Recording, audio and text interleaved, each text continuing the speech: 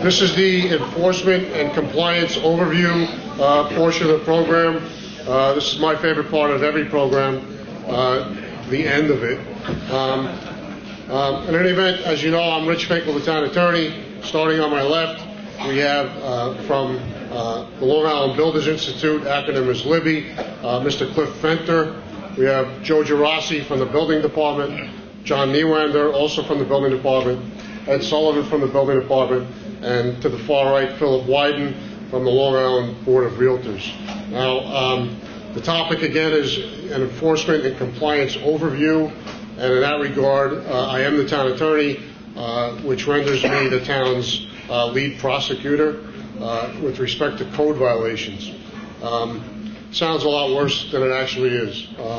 Most of the code infractions in the town are violations. There's no criminal ramifications to those, although they are handled in the district court, which does have criminal court jurisdiction. We don't usually get to the tickets unless it's a matter of health and safety, or unless a notice of violation has been issued and ignored. Once we get there, if you're in court, we always recommend you have an attorney. That's your own choice, but we always make that recommendation. Some of the courts, some of the judges insist that the corporations have legal representation. It's disputable whether or not the corporations are required at that level to have it, but as a matter of course, the district court judges seem to require that.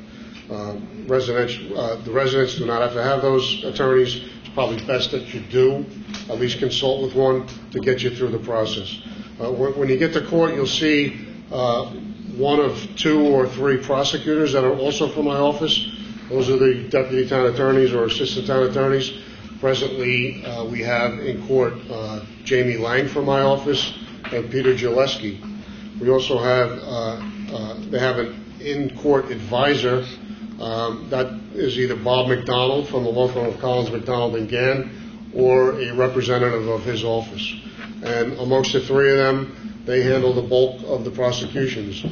I do not generally get involved with any of the prosecutions, only the unusual ones, for whatever reason, whether they have a difficult fact pattern or whether there's some kind of an unusual resolution or situation that arises in connection with that case, then I'll be consulted.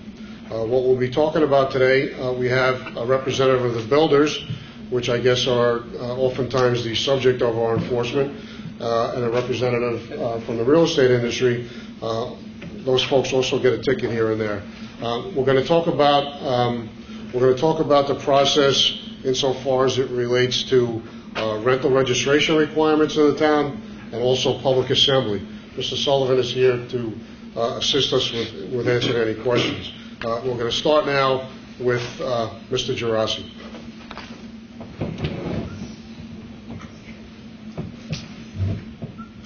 Hello again.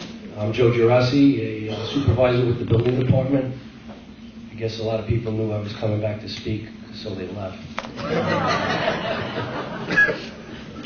Anyway, I did speak a little bit this morning about the rental registration program, so I'm sorry if this is a little redundant. I am going to go into a little more detail, so again, I'm sorry for repeating myself. I oversee the rental registration and illegal housing divisions, which we collectively refer to as the enforcement division. And I'm going to try to give you a little overview of both programs. The rental code appears in Chapter 2, Article 6 of the Town Code, and the multiple residence code appears in Chapter 8 of the Town Code. The Town Code is available on our website, so if you ever have nothing to do one night, you just want to read the code, it's there for your enjoyment. The code essentially requires that the owner of a property first obtain a valid rental permit or multiple residence license prior to offering the property for rent. Both programs are designed to account for the properties in the unincorporated areas of the town. The villages we don't cover. The program is designed to include single-family homes, 2-family homes, and what we refer to as multiple residences, which is more than 2 dwelling units. Owners and landlords are required to file the appropriate application with the required fee, provide access to their property for the safety inspection, and obtain a rental permit or multiple residence license prior to permitting occupancy. The applications, as I said before, can be obtained on the town website, and they contain all the instructions necessary for completing them properly. You can also come into the building department, obviously, and pick up a copy as well. If you have questions, you can either call us. I'll be providing the phone numbers at the end. You can email myself or the staff. You can certainly come into the building department too, and we'll be glad to help you. This is kind of important for us and for the people who are planning on renting. What we did was we included with the application a form that's entitled Minimum Requirements for a Successful Inspection. And the owners, the landlords, they can increase the likelihood of passing the rental inspection the first time by ensuring that the listed items have all been addressed. It's not all-inclusive, but you really stand a good chance of passing the inspection the first time if you have this. Simple things, smoke detectors, carbon monoxide. You go to these homes to do the inspection, and I mean, that's basic, and we're walking in and these homes don't have them. And again, we're providing this form to everybody, so we'd like it if everyone could at least take a look at it, because it really helps you and it helps us, because we have thousands of participants, as I said before, and that number almost doubles theoretically if everybody's failing on the first pass. And unfortunately, the failure rate the first time is higher than we'd like, so we want to try to get that down. The completed application and fee can be mailed, or it can be brought into the building department in person. When you come in to file, you'll be given a date for a safety inspection. Right now, it's usually within a few weeks, and the wait is simply due to the number of participants in the program. Again, the owner has to provide access to the property and obtain a successful inspection before receiving the permit. The inspectors conduct the safety inspections to ensure compliance with the applicable New York State and town codes. When we do the inspection, we don't only inspect the unit that is being rented, we also inspect the entire premise. So if it's a single-family home that's being rented, we're going to look in the basement. We have to look in the garage. We inspect the entire premise inside and out, because just inspecting the unit itself does not ensure that the home is safe. And the only reason I bring this up is because we have had inquiries about this before, and it is important that we do that. The inspectors perform their inspections utilizing a checklist. It's not meant to be all-inclusive, but it provides a thorough, uniform inspection, which covers the minimum acceptable requirements. As part of the rental registration process, we perform historic building file reviews to identify any open permits, illegal structures, or unpermitted alterations. Based on the inspections and the file reviews, inspectors may issue a notice of violation or a summons if violations are identified. The notice of violation is issued for an observed violation and provides a specified amount of time to remedy the condition. Summonses are issued when a person fails to comply with the notice of violation, or just when the nature of the violation is such that it necessitates the issuance of a summons, mainly health and safety. They're both obviously issued because we want compliance. We just want to bring the home into compliance. And then normally, as a result of their issuance, the inspectors subsequently return to the home to ensure that everything was legalized. There's a great deal of administrative work necessary to implement the program because we have so many program participants. The administrative personnel provide administrative oversight. They maintain records of the thousands of properties in the program. They accept and process both new and renewal applications, collect fees, respond to inquiries, and they schedule the inspections and re-inspections. They also see that the rental permits and the multiple residence licenses are actually issued. So, as I said before, in summary and in simplest terms, file an application, pay the appropriate fee, obtain the inspection, have a successful inspection, and then you'll receive the appropriate permit. Currently, we have 2 administrative people dedicated to the rental program, and we have 2 inspectors.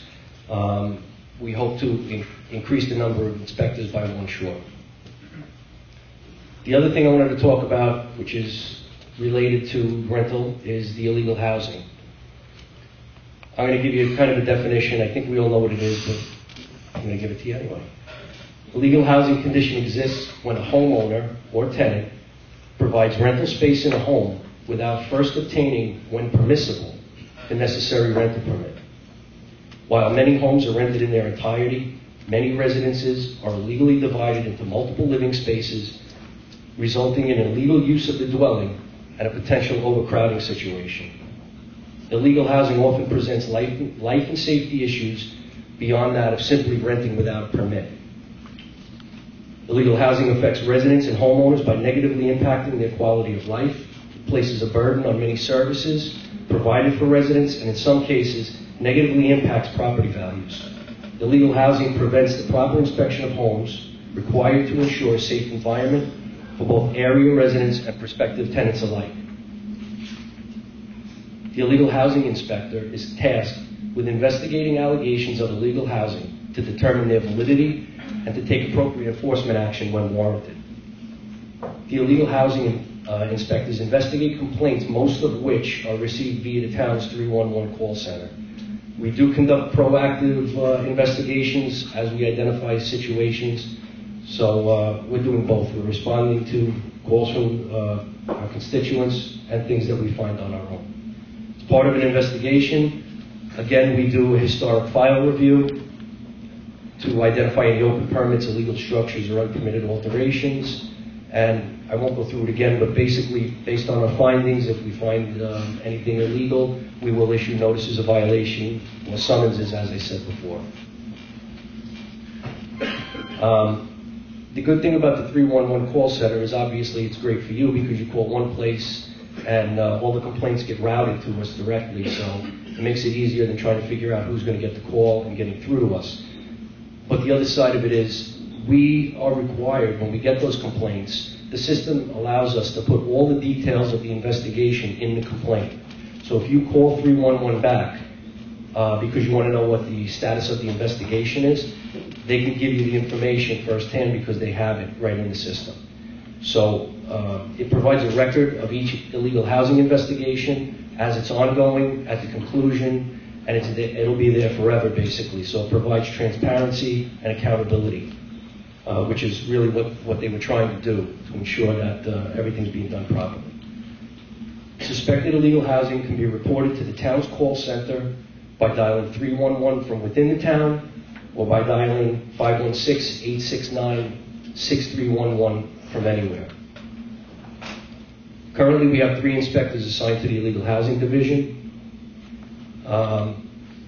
And that's really all I have. In closing, I just want to say one thing. Much of our enforcement is driven by the constituents. We're not, while we are out there obviously doing inspections, and if we see something, we're going to have to legalize it, but we receive hundreds of complaints from the public alerting us to illegal situations. And I just want everybody to understand that that plays a big part in what we do. Between April of last year and this April, we received 758 complaints requiring investigation and possible enforcement. That makes up for a large number of the complaints that we actually investigate in total. So it's apparent to us that many residents do want the code enforced. I know others are somewhat frustrated by it, and sometimes it's the people that find themselves, unfortunately, out of compliance. The town outlines the laws that we have, that the residents have to abide by, and unfortunately they hired us to ensure that those laws are adhered to, and to ensure to the best of our ability that we have compliance with the code. So, thank you. Thanks for coming. Thanks, Joe.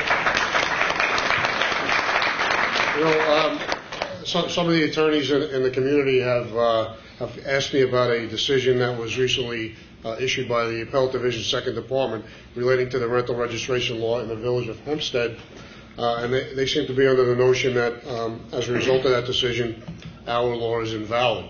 That is incorrect. Our law has been upheld by the 2nd Department in the past on repeated occasions. And the holding in the village of Hempstead case is unique to that statute in that it provided for a mandatory search and inspection as a condition of the rental registration permit. And what the appellate division has done and what the other courts have done is distinguish our statute and statutes that are like it, because we provide for a alternative, either a consensual search or a search after a warrant is obtained. So I stand here today confident that our rental registration law is effective and constitutional and has sustained multiple challenges to it and will in the future sustain challenges to it. Rental registration, again, is motivated by a concern for safety. So it is a kind of a nuisance for the landlord, but it's a necessary nuisance. We need to know as an administration, and the public needs to know that when they occupy somebody else's home in a landlord-tenant relationship, that they're in a safe place, that all the inspections have been undertaken, that the appropriate smoke alarms and carbon monoxide alarms are in place so that we don't have a tragedy, some of which you might have read about in other states or other localities. There's no guarantee that we're going to prevent that, but that's what this statute is aimed at. Illegal housing is also a big problem. One of the ways we've responded to it in the enforcement context is the town board adopted several years ago a series of rebuttable presumptions. Generally speaking, somebody running an illegal premise is not a willing participant when it comes to allowing our building inspectors inside the premises. People that live there, the residents that are not there lawfully, oftentimes keep early morning hours or late night hours. So you hear complaints about multiple cars, you hear complaints about extended families, you hear all these things, but you never really get to see them because it's off hours. So what we did was create a series of rebuttable presumptions that established the illegal residency, and then it's up for the landlord to come in and rebut those. Examples would be multiple electric meters at the premises, multiple mailboxes, 6, 7, 8 garbage cans where there would normally be 2. There's a list that's codified. You can find that in the code as well. But there are measures that we've taken, and that includes increasing the staff to help us in the enforcement area with respect to rental registration. I would also just note that we have begun in the last, I guess, year or two, coordinating with school districts in the rental registration and illegal housing forums, because it's a big concern to taxpayers. It's a big concern to the school administrators with respect to people obtaining an education and not paying for it. The landlord's not paying for it. The tenants are not paying for it. The neighbors and the taxpayers like yourselves are paying for it. So to the extent we have resources available, we have been working with at least one school district with plans to work with more in the rental registration illegal housing area. So moving on from that, we'll move to John Niewender, and he'll talk about public assembly. Hi, everyone. Thanks for sticking around. John Niewender. My guys are in charge of the public assembly inspections. Those are inspections of places, restaurants, bars, theaters, places where people gather, consume food, entertainment, stadiums, gyms, and things of the like. Public assembly places, 50 occupants or more qualifies you, along with those other items, to be a public assembly. It's a yearly fee, it's a license, and it's a quite extensive inspection. We review your file. You file into the building department on the second floor in the enforcement division, Joe Geraci, and we give you an inspection date. Inspector shows up, begins his inspection with life safety.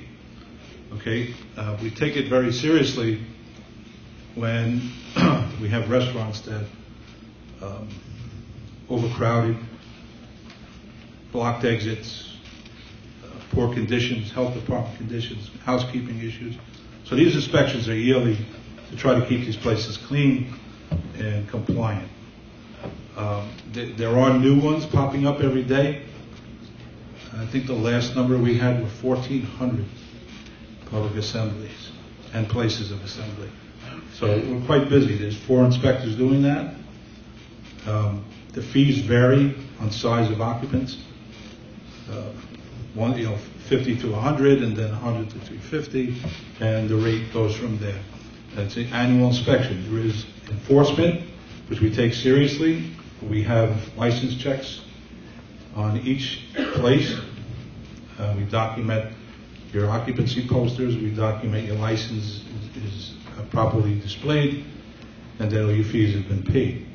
The inspections continue to the exterior, the signs, the floor plan layout, the fire extinguishers, the kitchen, the hood and duct cleaning. The fire marshal, it works in conjunction with us. They have certain items that they do, emergency light testing. So it's quite an extensive thing. It's a short presentation that I had, but there are more than you could imagine places of public assembly locations that are probably the best around that you're going to find, due to the abilities and the perseverance of the building department to keep these things legal. Okay, the health department, they're involved. They have certifications, and once in a while there'll be a new restaurant that pops up that has to go to Board of Zoning and Appeals, and the reason for that is either the change of use, the amount of parking that they have, or they change the occupancy. There are very limited changes you can make to your restaurant in size without going to the Board of Zoning and Appeals. So it's a serious item, and we take enforcement seriously. Are there any restaurant owners in the audience? Good. That wraps it up for me. Thank you. Okay, so we've spoken about rental registration, illegal housing, and we've spoken about public assembly. And again, the goal in all of this is code compliance and public safety. And you can talk about how we got here and how this conference came about and what's happened over the last 6 or 7 or 8 or 9 years. But I don't think there's anybody here that would question the goals of code compliance and public safety. And that's what our goals are, and that's what the building department's goals are, and that's what they've strived for, and they're doing a good job of it.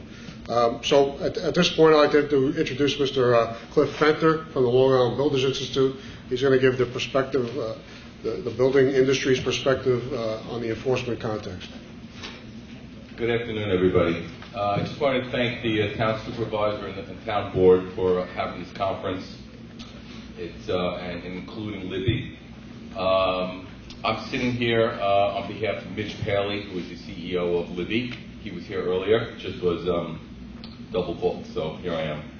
Long Island Builders Institute was created in 1941 and has been the leader and advocate for responsible home building on Long Island for over 70 years.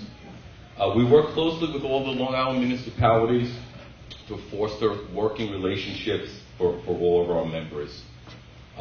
As we all know, specifically over 4 or 5 past years, we've had some situations in Roslyn. We're all familiar with them.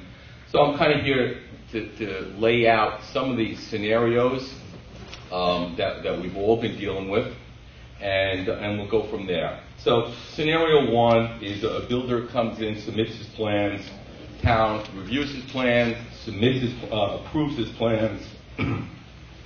House is now built as per plan.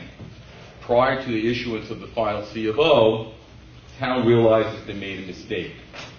Okay, so what now happens? That's scenario 1. Scenario 2, town reviews and approves plans. House is now built as per plans. Builder sells, titles out the house to a new homeowner. A few years later, a few months later, town realizes a mistake has been made. So now what? What do you do to this homeowner who is an innocent third party? Something that we need to talk about. Scenario 3, town reviews and approves plans. house is built. But guess what? The builder does not build as per approved plans. Interesting, right? Who would do that? Not me. Anyway, now that house is sold. Homeowner now moves in. Town realizes that the final C of O should not have been issued. So clearly, now the builder is nowhere to be found. Amazing. So now what? What do we do? How do we address this innocent third-party homeowner? The scenario is out there, and I'm not sure what the fair way to handle this is. Scenario 4, town reviews and approves plans, house is now built. But he gets caught prior to the issuance of the final CO. So the difference in 3 and 4 is 1 involves the homeowner. 4 just involves the builder.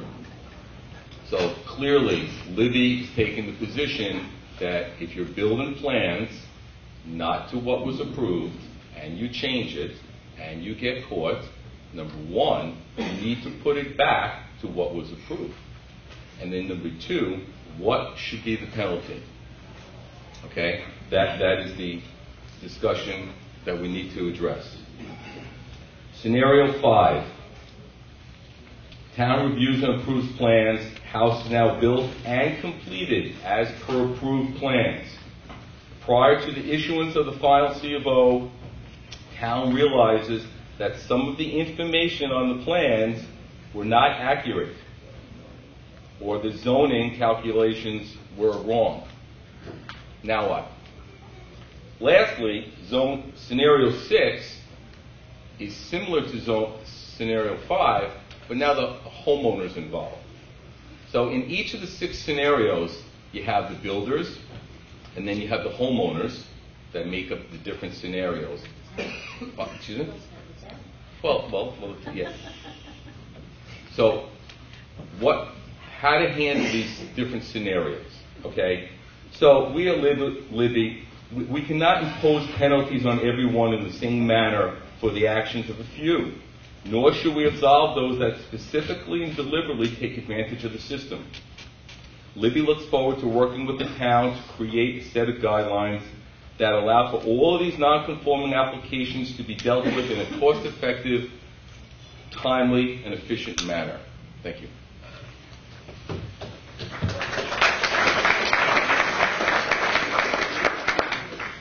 Thank you very much.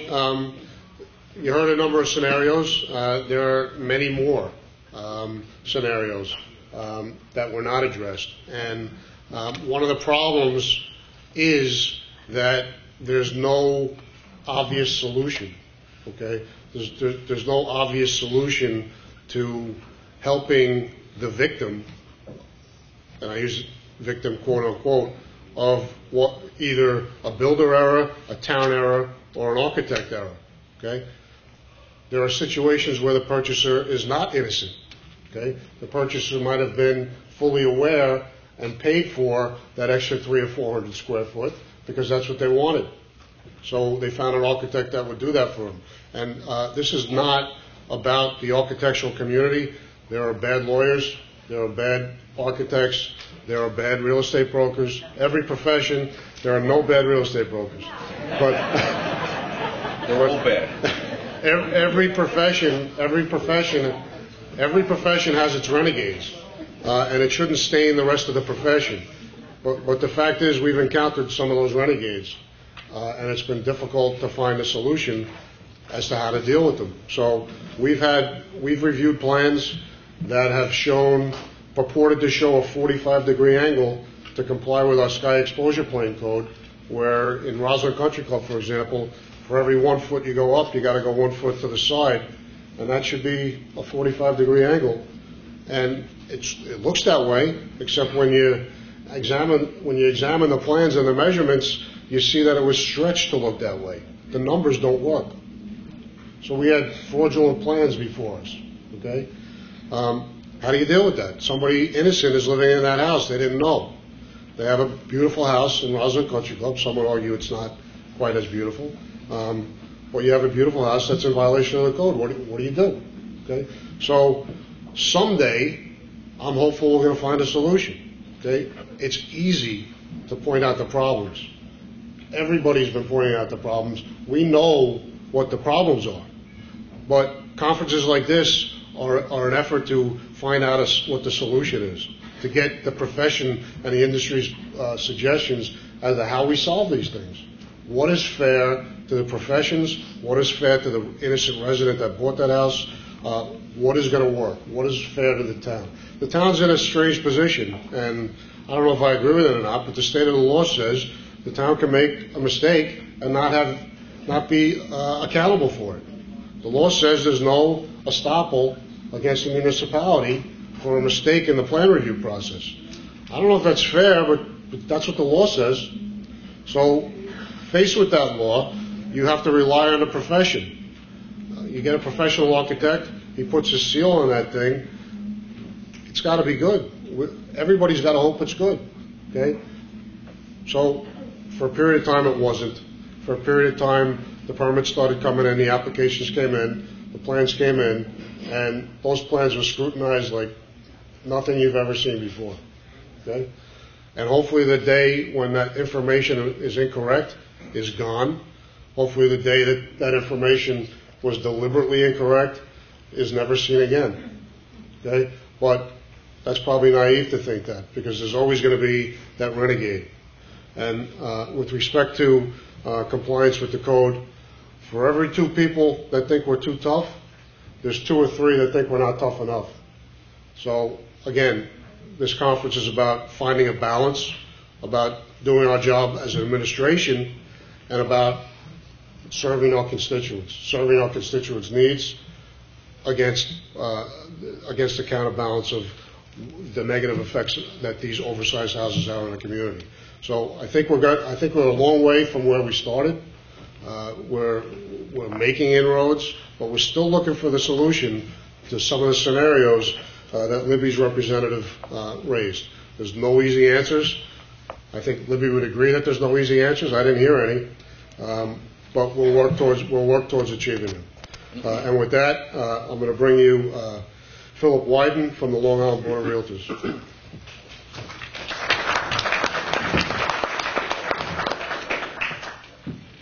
Can everyone hear me?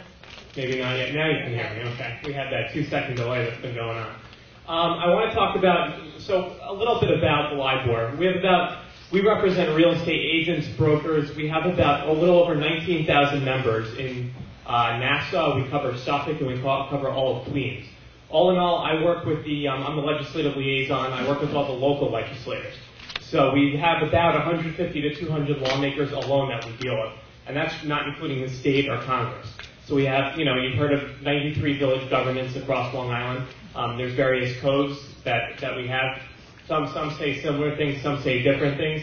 A lot of them are very similar in some towns. Some language is worded differently. I'm going to comment on some of the sections which we disagree with. I want to commend Supervisor Kamen. It's been the most open process I've seen of any town. It's been transparent, it's had honesty, and it's had integrity. They've been honest every step of the way. We may disagree on some things, but the lines of communication have absolutely been open, and they've asked for our input from the beginning. And that's not always the case. So I want to commend that from other maybe municipalities or whatnot. I want to commend the town 100%. All the people in the building department are dedicated people who work hard and tirelessly and deserve all the credit in the world.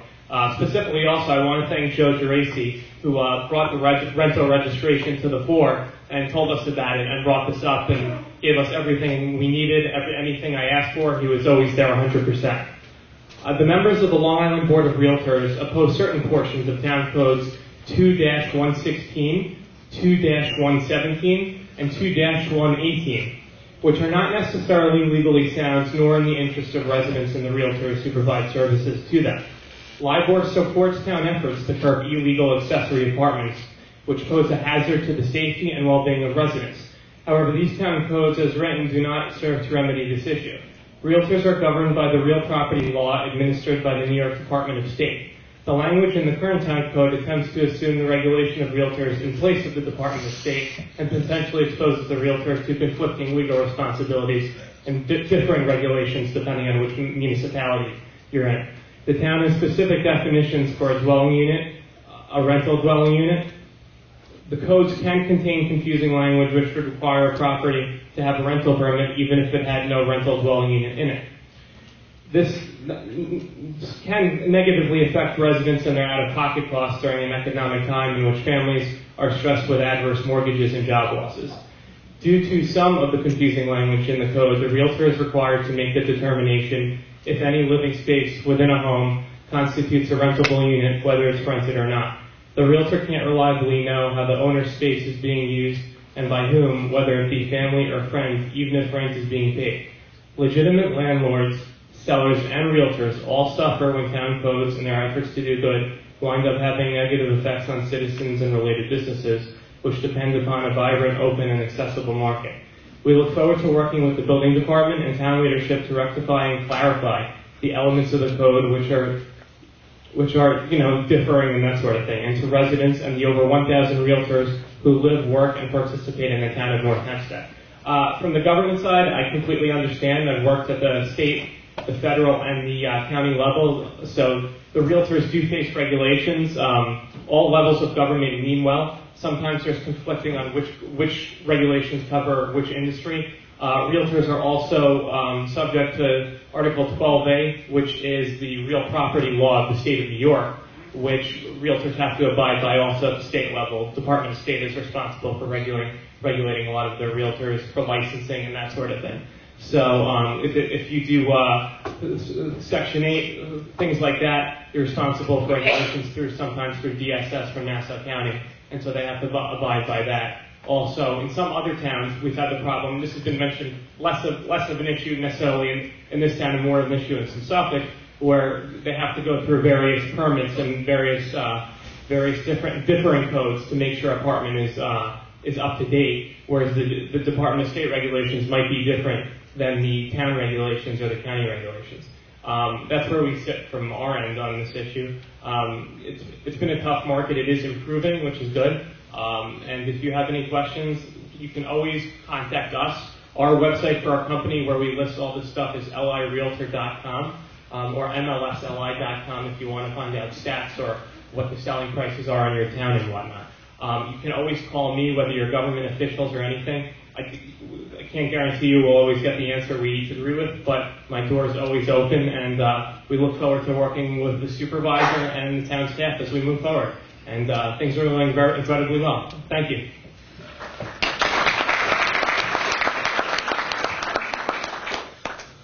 Thank you, and being an attorney, I just can't let that go. So,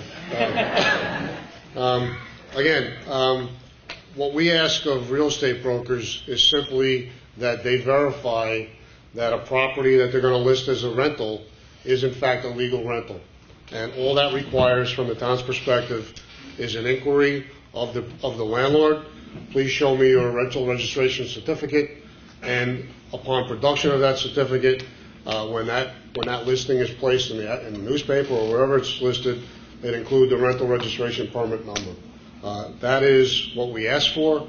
That is reasonable, and that is certainly not unconstitutional. And again, our rental registration law has been affirmed and sustained by the respective courts of the state and the appellate division. So I understand LIBOR's position. I respectfully disagree with it. I know there is a case that has been cited in the past, LIBOR versus the town of Islip. That is a Supreme Court case. It's not an appellate case. It's not binding precedent.